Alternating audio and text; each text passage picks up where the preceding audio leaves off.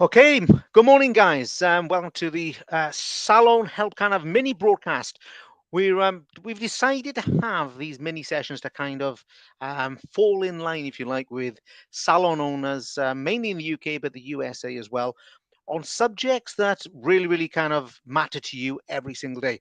So Steve McCartney's decided that he would join me, and we're going to chew the fat like over something. Over the time management issues that we have. Now, I know every single business owner, and it's not even salon spas and clinics, it's everyone struggles with their time management. But what we do know is that the best people, and when I say the best people, the most successful business people get it right, and the least successful business people get it wrong. So I don't know where Stephen's falling on this spectrum. So is this something, Stephen, that you battle with all of the time, or is it like, Carl, I've got it under control. I don't even know why I'm here. No, definitely a battle. It's I mean, all I think everybody I talk to, and the general perception I see is that it is the overwhelm of it. Of okay, so I'm going to set time aside, and that's a good thing to do. And then you sit there and you think, right, what to do with this time now? So without a plan of what you're going to do with that time mapped out, then it just becomes kicking a ball about and not really being productive. Do you find yourself kind of just like, I don't know, sitting around the office or on your sofa and scribbling notes everywhere, and then, all this stuff piles up, or do you just kind of leave it in your head? Bit of both, really. I think whenever we're doing work with yourself, on a particular topic, it's certainly you've got notes in that there. It's bringing, and again, it comes back to that plan now. It's then bringing those notes together to have then a plan of what you're going to do with them, and then put that plan into action. But without a plan, it's just bits of paper lying about. And And I think the reason I ask that is because if you leave it in your head, I think that's where the overwhelm comes from. So, anyone listen to this now, if you're kind of really feeling, oh my God, I got so much to do. If you leave things in your head, even if it's nothing to do with the business at all, I'm renovating the house. And if I were to imagine now all the things I've got to do in this house renovation, oh my God, it is literally tens of hundreds of things. I would go absolutely crazy. In reality, I probably write down 10 of them. That's the most important. And I go off and do it. And as long as I'm progressing, I'm actually emotionally quite good. So I think the first thing for people out there is to write down anything you think you got to do. And it was really interesting in our MNP session, wasn't it? That one of the members actually said, I wrote it all down. I followed a simple process. And you know what? I've ended up with three things. Did you catch that? yeah, And I thought, wow, that's exactly where we got to be. We start off with reams and reams and reams. Honestly, I wish I could change my camera to show you my desk because you'd be saying, oh my God, how do you cope with all those notes? And it's like that. I write down what I've got to get done and then start kind of shuffling them around, if you like. But we'll talk about a system that we were discussing last night in a minute. So, yeah, so get it out of your head is yeah. not get out of your head, One of the things not that get I out of use your head. is just having just a simple bit of paper in my pocket when cause I'm still working more or less full time on the floor, Yeah. as a hairdresser. So on a daily basis, something will pop into your head here, all day long, and I find it quite useful just to have a simple bit of paper there to scribble something down on, and then it's like you say, then it's getting it out of your head. At least it's on a bit of paper, and then there's a good chance you're going to remember what that thing was that popped Yeah. in your head, then hopefully do something about it. Yeah, I've heard people, and when we're doing business kind of coaching, or even when I was doing my business studies and stuff, I think they call it like a brain dump. Right. For any particular subject you're working on, like I said, if you're renovating a house or if you're working on your business, you kind of like, well, let's do a brain dump. But that thing also about making that note as soon as you can is good as well because otherwise, if you try and remember two things at the same time, you get distracted, don't you? Yeah. If you got to spend all day thinking, oh, I've got to do social media tonight, I've got to do social media tonight. I mean, you can't really concentrate on your client.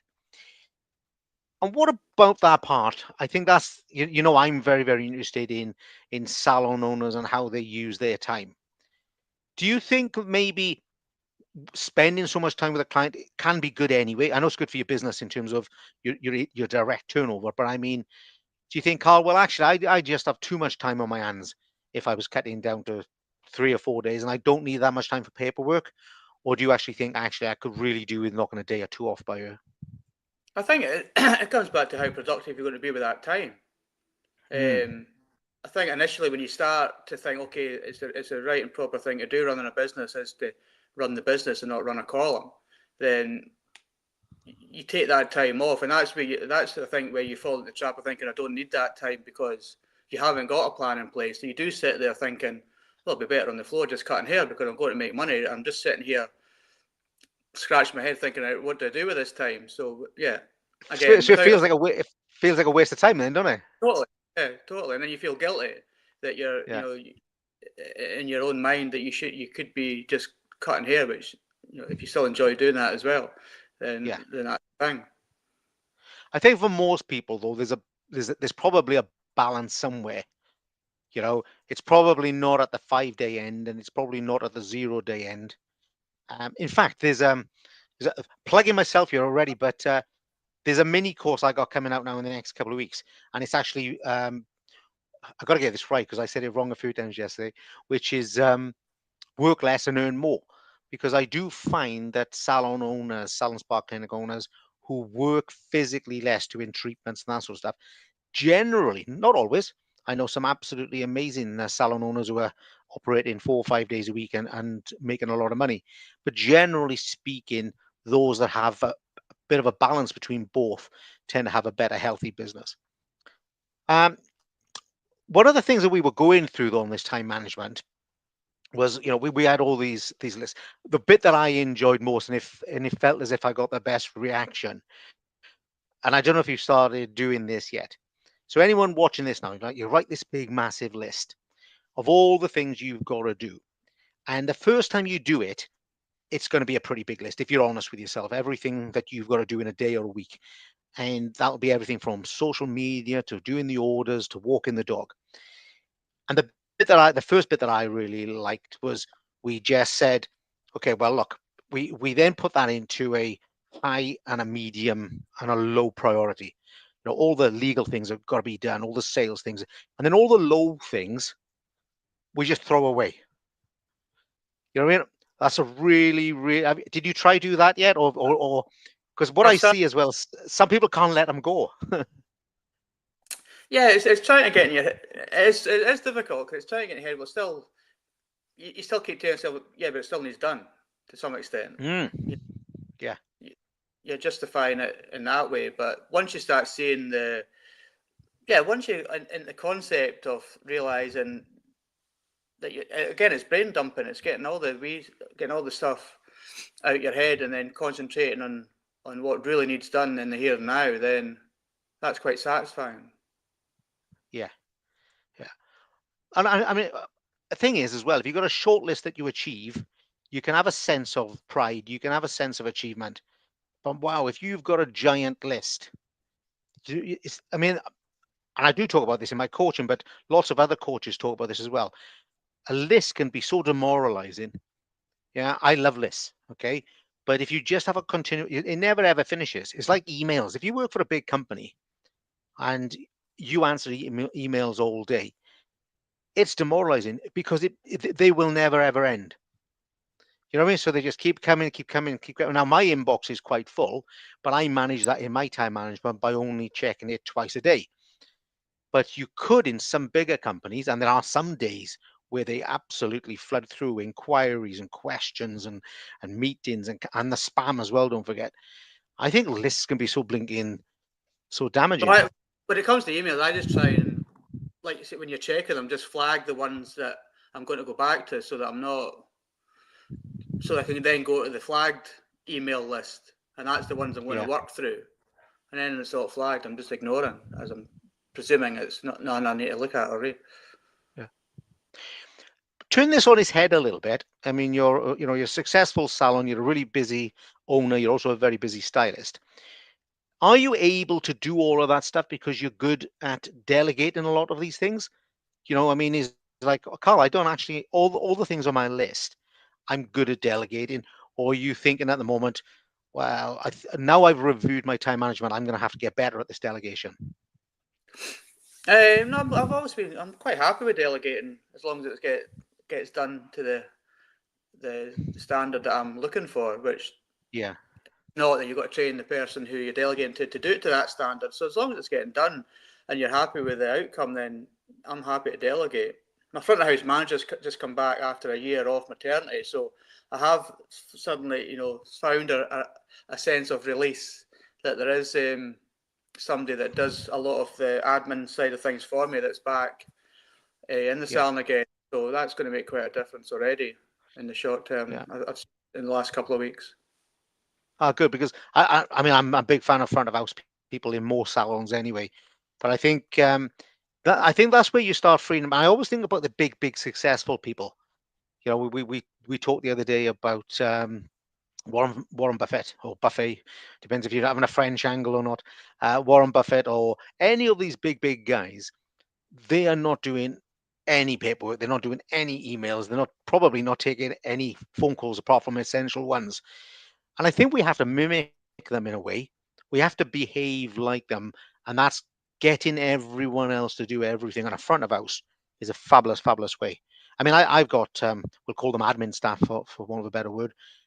I've got that. I would never cope. I would never cope being able to do this, for example.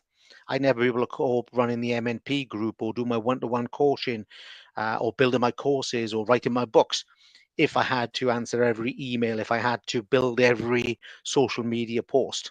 So, I mean, the delegation things, but I think the tiny salon spas don't have enough people to be able to delegate. So I think then it becomes a big responsibility. Yeah, even assistants, if you work with assistants, and I know there's another conversation altogether, but assistants trained properly from day one are such an asset to be utilised because they've got more time in their hands generally than what the stylists have.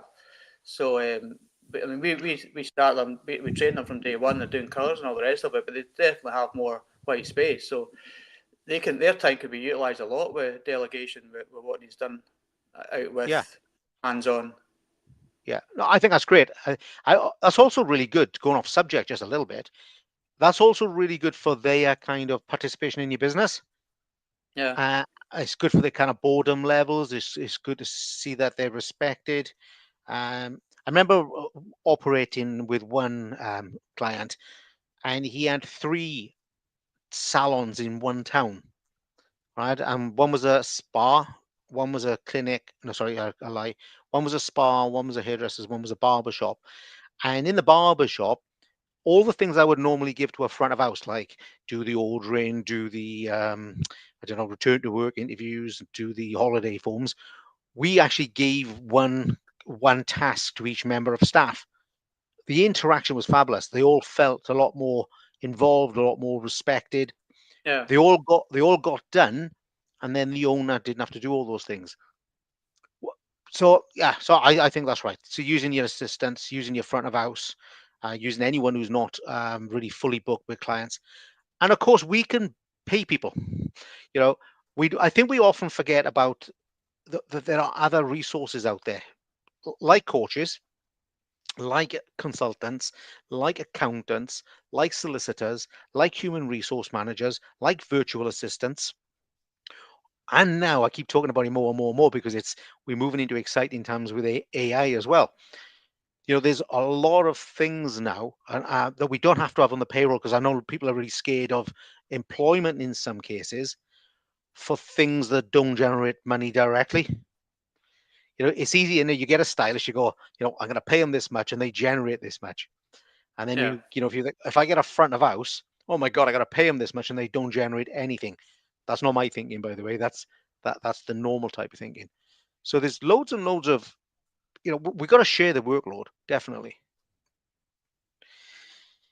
So what kind of priorities do you have then when you're kind of doing this list? What's top of your agenda? Do you think, right? The thing that that springs to mind. You know the book Eat the Frog, because you Yeah, didn't you got that recently, didn't you? Did you read it? not yet. Okay. Well, look, well there we are. So there That's is that's probably that's on the top of my list to get done this week. Actually, the, I'm that's top terrible at of reading. your. I'm terrible at reading book because well, it's probably all part of the same thing that I get to the bottom of the page and there's so much going on in my head that I've read the words, but it's not going in, and so you kind of like lose interest. So hopefully it's all part of emptying your mind, getting the list done, and be able to Yeah, concentrate on one thing at a time, and you've not got all this other stuff going on. So that yeah. should help. Well, the way we are going with massive, not passive, and the coaching in there is that we wrote our list in week one, just get it all out of your head and dump it on a piece of paper. Then we basically get the list and we throw away all the lows, and then everything that's left gets put in the right order so you're working on the right thing. That's for those of you that are not in MNP at the moment. The next phase, and we're not necessarily going to do this today, but just for everyone to know, really, is then that time blocking, and that's how we solve your book problem. So it's you would read your book at between 9 o'clock and 10 o'clock on a Tuesday Yeah, morning. So you would roll up, 9 o'clock, sit in your office or in your kitchen or wherever you're doing, and from 9 till 10, read that book and make your notes. And then at 10 o'clock, you stop and you go on to the next thing. And that's sometimes the only way you can do that is by just saying that hour is for that. And it's interesting because I'm always teasing you all the time about your social life, but we do it, but we do it with other parts of our life quite well. We say like, meet you at the pub at 7 o'clock, and you turn up at 7 o'clock.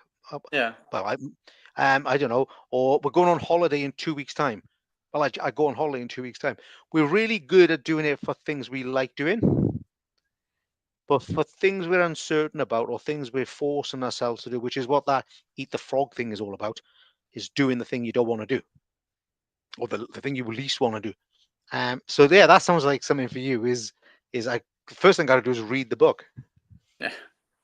I think you'll enjoy it as well. I I think think time block. That's a great idea of just getting it, getting it there, and being clear that that's what that particular block of time's for, yeah, yeah, and stick yeah. with Well, it. I will be sharing with I'll be sharing with you my actual one. I mean, it's a few months old, but I'll be sharing you with one of my actual timesheets that I use, and that shows do this at this time, and on it has got things like um, whatever, I don't know, one-to-one clients. Okay, so it'll be like 2 till 4 o'clock, one-to-one clients.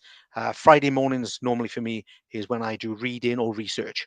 So those 3 hours are put aside for reading or research, and I know what I'm doing in those 3 hours because I got a bloody big list, don't I?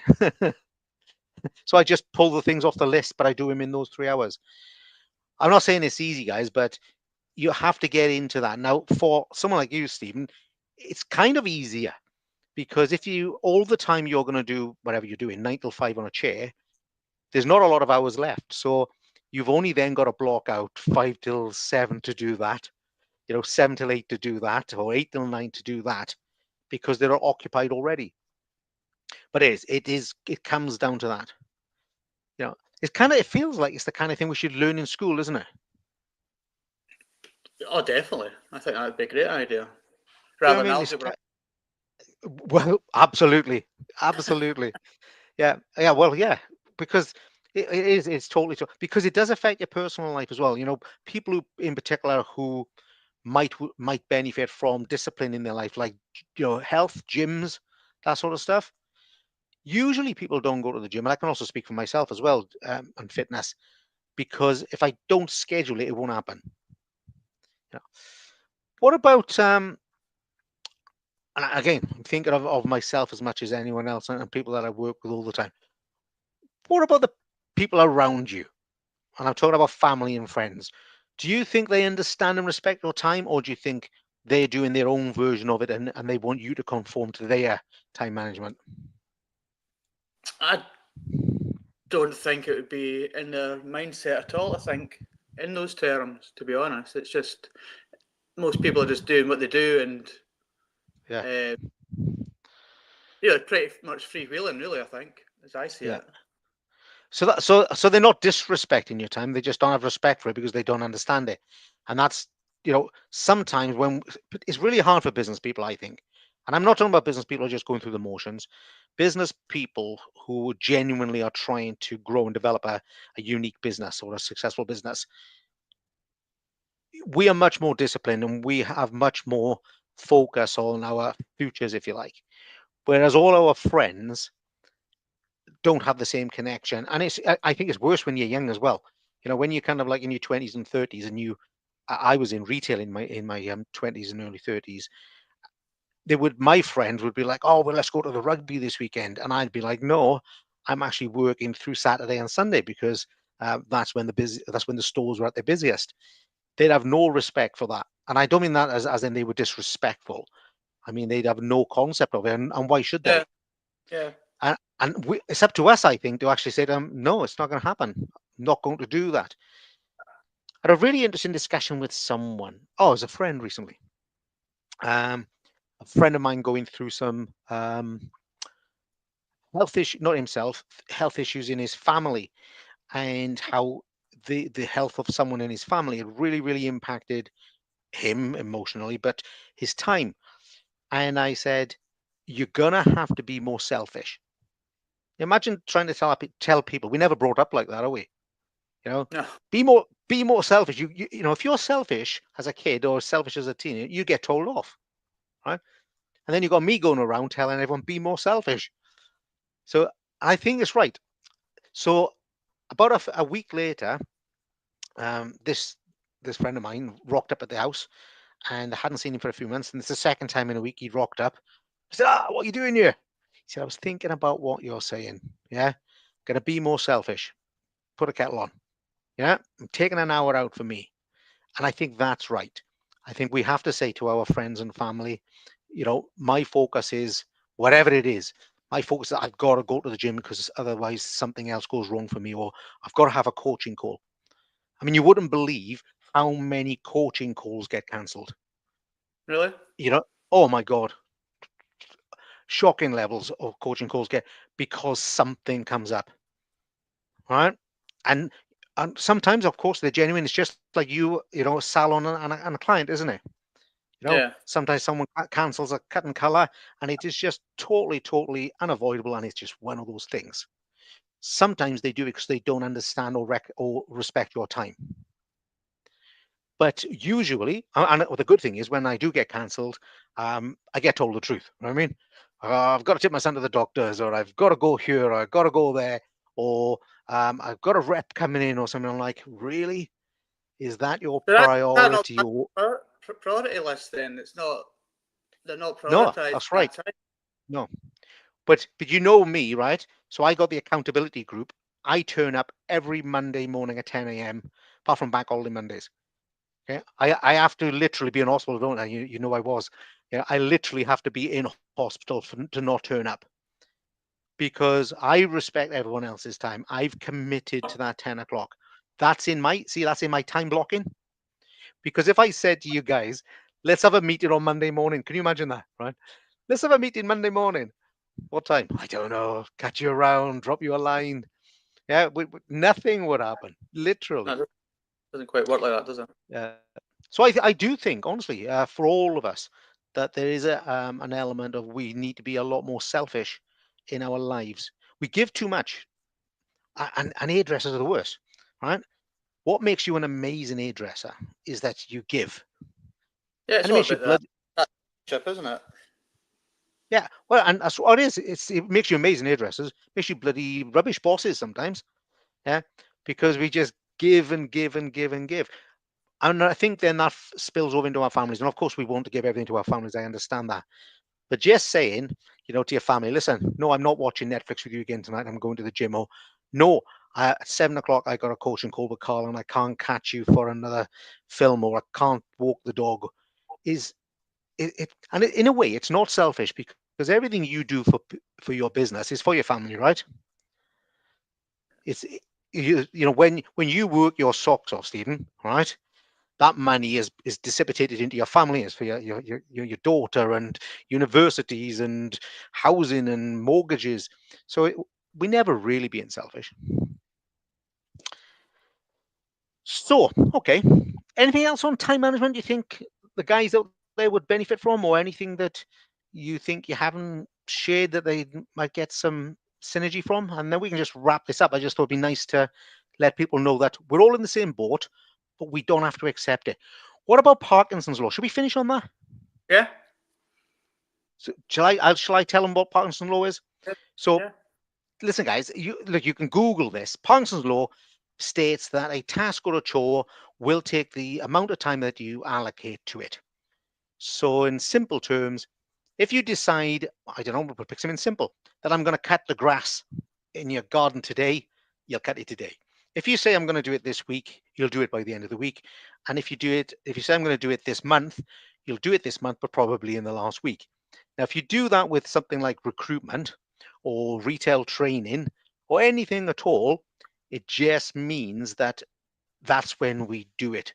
And the key thing is to give yourself a finish date for things. So I think it was you that was bouncing that around last night, how it's starting to get into your mind that the longer we But give something, it's absolutely massive for now that I've realised that that's a thing and realised that there's an answer to it, and I totally see that by putting that into practice will work because I mean, you've done it. You've done it since a kid. You know, since you've got an exam coming up, and you I know. homework coming up, and you leave it and you leave it and you leave it and you last minute, and I so do it on the bus on the way there. that's your life. That's how it's always been. So once you Yeah. realise that there is an answer to stop that happening, to be much more organised than that, then yeah, it's quite a eureka moment, to be honest. So Parkinson's laws, guys, jump on Google, or if you want to jump on, there's a massive not passive link if you want to grab that, or reach out to me on any of the groups and pages. Let's wrap this up then. Stephen. I want to say a big thank you for giving your time up this morning. See, we time blocked that. We said it's going to be a certain time, and It so worked. it happened, and so it happened, and so it worked. And I think it's really valuable for other salon owners to see people like yourselves doing a great job, coming to terms with real business issues, knowing that nothing about them is perfect, but you can improve them with a few simple things. And so, big thank you for spending your time with me. And hopefully, Thank I'll you. get you on my podcast as well next month. Is there anything you want to finish on? No, just realise that there's always an answer. I think for every problem, and just like little bite-sized bits, and little bite-sized think changes makes a big difference. Every little helps, is it? Every little helps. Club card. I think that's a great note to finish on. Right, then, guys. Thanks, Stephen. Take care, guys. I'll catch you Bye. all soon. Catch you all soon.